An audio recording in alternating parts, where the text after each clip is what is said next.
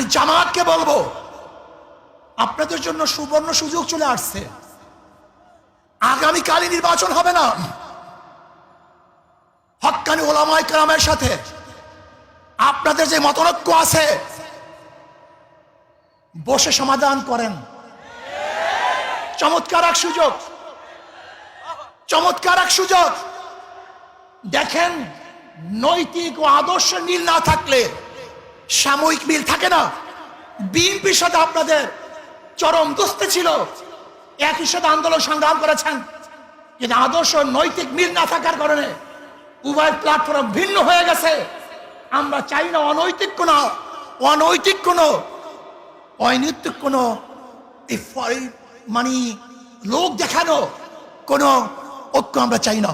আমরা চাই টেকসই স্থায়ী ঐক্য, যে ঐক্য হবে আর কোনোদিন ভাঙবে না, ফাটল হবে না।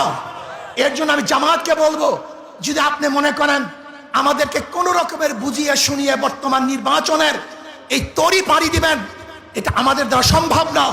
আপনারা আসুন, বসুন, হক্কানি ওলামায়ে কেরামের সাথে যে মতনৈক্য আছে সেই মতনৈক্যগুলি মিটিয়ে আমরা এমন টেকসই এক ঐক্যবদ্ধ হব, যে ঐক্যবদ্ধ কেউ ভাঙতে পারবে না, কেউ চুটতে পারবে না।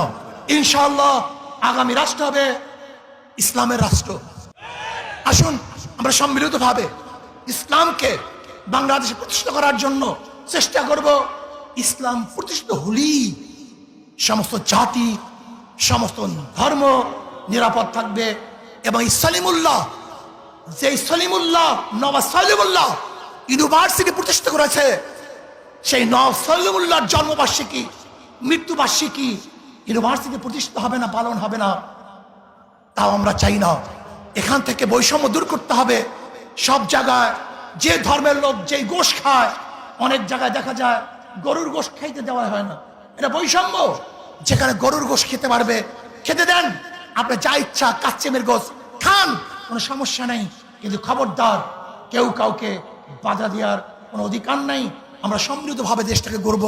আল্লাহ আমাকে এবং আমাদের সবাইকে সম্মিলিতভাবে দেশ গড়ার তৌফিক দান করেন। আসসালামু আলাইকুম ওয়া রাহমাতুল্লাহ।